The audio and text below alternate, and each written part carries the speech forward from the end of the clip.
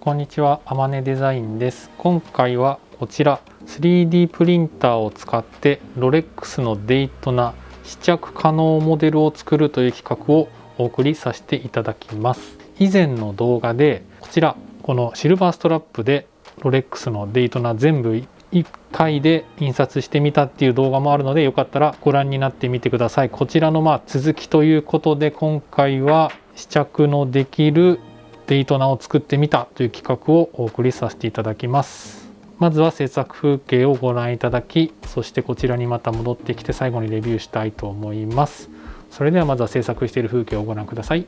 どうぞ。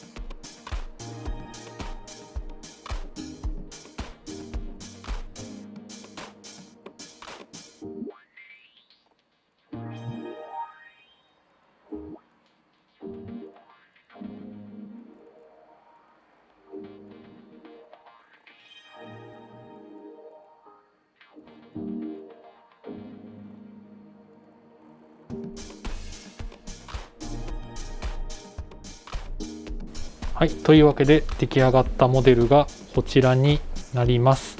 いかがでしょうか。ちょっとストラップがね長すぎる嫌いはあるんですけど、なんとか